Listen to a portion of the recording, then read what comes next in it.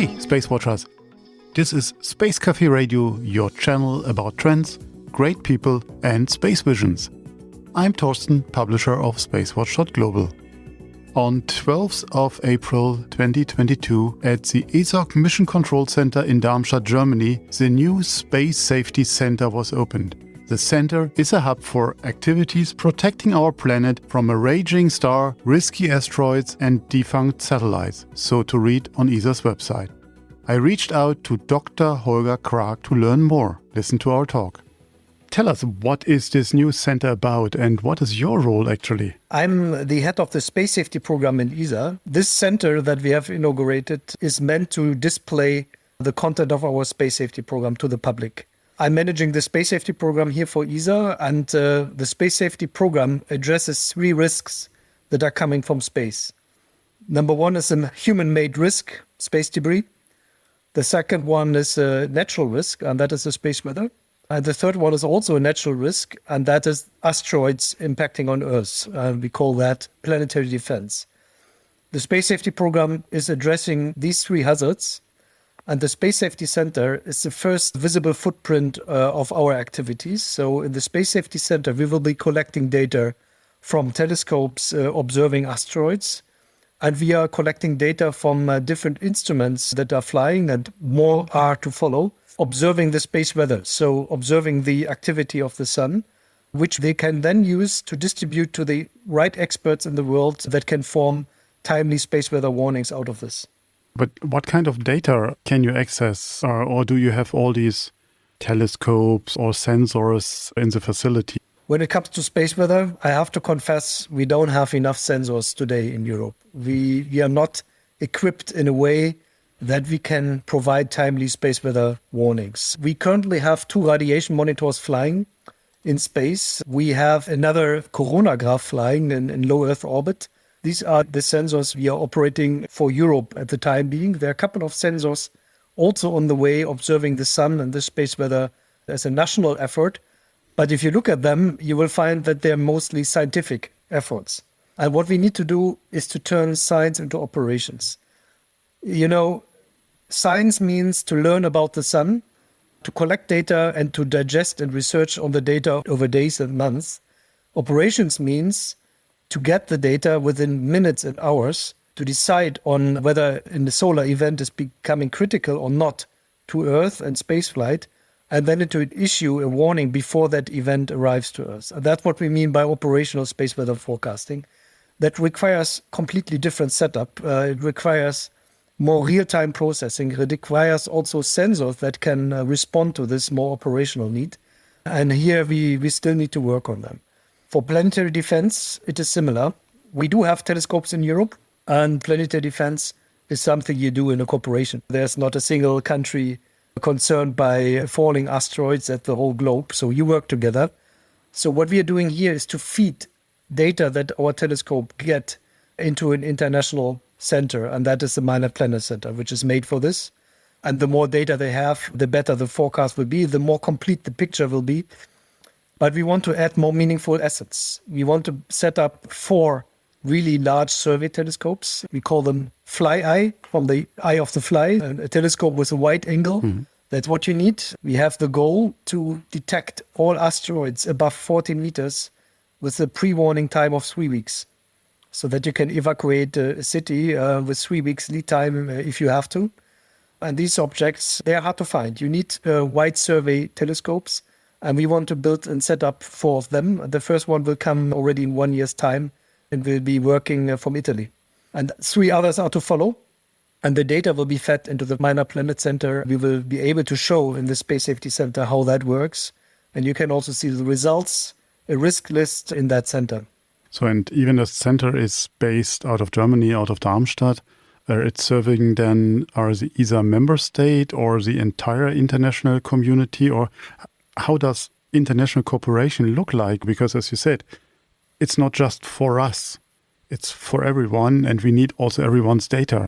It would be bold to say that ESA is doing everything alone, for sure. Absolutely not. For the planetary defense, we are relying on an operations center in Italy, and we are relying on several astronomers that contribute with their observations. and of course relying on the International Astronomical Union and community in merging all the observation data into the Minor Planet Center. So that's obviously a very global effort, planetary defense. And also space weather, it is similar. Also in space weather, we are having a very, very close collaboration with the American Weather Association, NOAA, and also NASA, obviously. We are exchanging instruments, we are exchanging data, and we fly the same instruments on each other's missions so that we have comparable data from different viewpoints in space. Obviously, that is something you do together. And it's ESA and the Space Safety Center providing only the starting point for what's going to become a process, because it's not going to be us that provides operational warnings in the end. It's us that receives data from the payloads flying in space, but you need a processing chain of really high-ranked experts, tools and models to get really actionable warnings out of them. And that must work fast, but they will. Don't worry, we are working very hard to get this, what is still research, into an operational mode so that this data can be processed and analyzed within minutes. And then it's going to be these experts that are actually providing the warnings. And it is the Space Safety Center that is the starting point for this. We are looking at the health of the data. We are making sure that it is correct. But you will not see ESA distributing the data to the end users. We will have a governing entity doing this for us with these experts involved. Who will be this entity, or is it not decided yet? It is not decided. Okay. It is something we are investigating and looking for. Who in Europe will be operationally in charge of governing and, in the end, managing and also funding the routine operations of such a space weather service. Our role as the agency is to build up the system, to develop the missions and the instruments, and to make sure they fly. And from that point on, in the Space Safety Center, we will make sure that the data works all right. But from that point on, we will hand over to an operating entity. You didn't spoke about space debris, and it was one of the columns you mentioned at the beginning. How is space debris treated? Space debris has two sides. One side is observing, monitoring. That's what you call space surveillance. And the other side is preventing the action in space that is required in order to preserve the environment. For the first part, the surveillance, this is not, the operational surveillance is not part of our program. So this is done by the EU SST, the European Union Surveillance System, for which we provide research and technology. So a lot of the sensors that are operating for the European Surveillance System, they have the roots in some of the technologies we have been developing, but the setup of the system and its operation is not part of our task in the program. And therefore, you don't find also actions related to this in our Space Safety Center. But ESA, don't forget this, ESA is also a spacecraft operator. There are 20 missions flying in Darmstadt, next door to me. And they, of course, receive warnings prior to conjunction events, to collision alerts that are also coming from the EU SST. And there, of course, we need to be able to look at this data and do our decisions, whether to maneuver or not. And there's also some technology required to do this.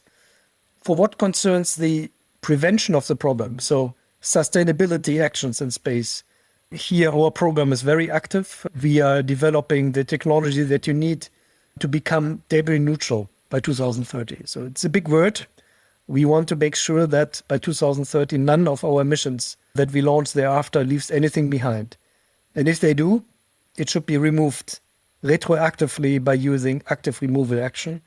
And for this, we are developing also the first ever removal mission, which is called ClearSpace 1, a mission that will do this for the very first time in a few years. One news popped up over the last days, which I would consider a good sign in the right direction. The White House and the National Space Council under Vice President Harris formulated the ASAT ban. That's a great step. So will that have an impact on the center for you, or is it something you just recognize and say, that's good action, move on? First of all, we recognize this with a lot of satisfaction. It is our space missions in ESA that have been suffering from the consequences of these tests. We are still spending a lot of avoidance efforts on fragments that have been left behind by previous tests, in particular the Chinese one, which occurred in very high altitude. So as an operator, we can only appreciate that decision, and we hope that others follow this example. The Space Safety Center, as I said, has no operational role for space surveillance, and therefore it's not directly concerned. But as a user of space, ESA, and ESA is a big user of space, we welcome this decision a lot. I spoke a few weeks back with Catherine Cavada from the European Commission, also about the European Commission's space traffic management strategy. So how is this center then integrated? The Space Safety Center is complementary to the EU's efforts in setting up surveillance systems.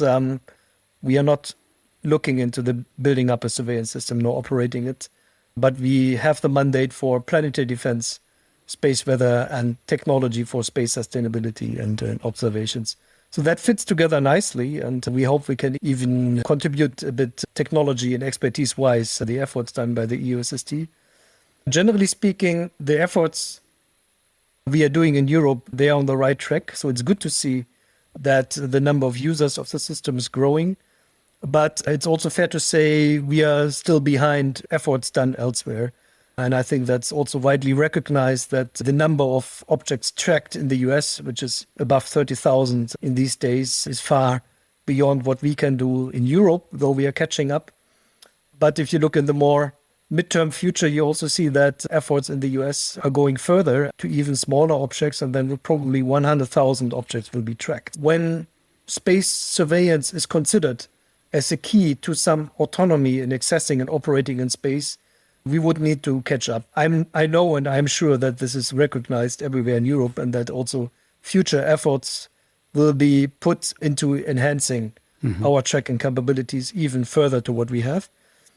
There's one dimension that we should not overlook as well, and that is not everything in the US is done by the public sector, but you find also commercial companies contributing to that surveillance efforts, not necessarily by finding new objects, but by providing complementary, additional, more accurate, more sort of user-driven information into the pool. I think here we have room in Europe, and this is something where both the Commission and ESA are looking at how we can stipulate this kind of business in Europe as well. What can we expect from the center in the near or in the far future? What are the next steps? This center today is a window for the public to look at what we do in our program. It has an operational role, and that operational role will grow over time. Today, we are monitoring the data coming from our space weather payloads, but the number of payloads and instruments is still limited in Europe. As this will be growing, and in particular as the Vigil mission will be our first dedicated space weather operational mission, flying into deep space where nobody has been before, like Lagrange Point 5. So when this is in place, the center will be even more relevant, and then it will serve as a starting point for the processing chain that will end up with operational warnings for the users. So I think that you will see Darmstadt being the origin of the information that will lead to operational space weather forecasting. Great. I take your quote. We will go where no one has gone before. Thank you very much, Holger. My pleasure. Thank you for listening today. If you want to stay on the pulse of space, visit our website, our mothership, at SpaceWatch.Global, and subscribe to our newsletters. But of course, don't forget to become a Space Watcher. I'm Thorsten Kriening, CEO and publisher of SpaceWatch.Global, your independent perspective of space.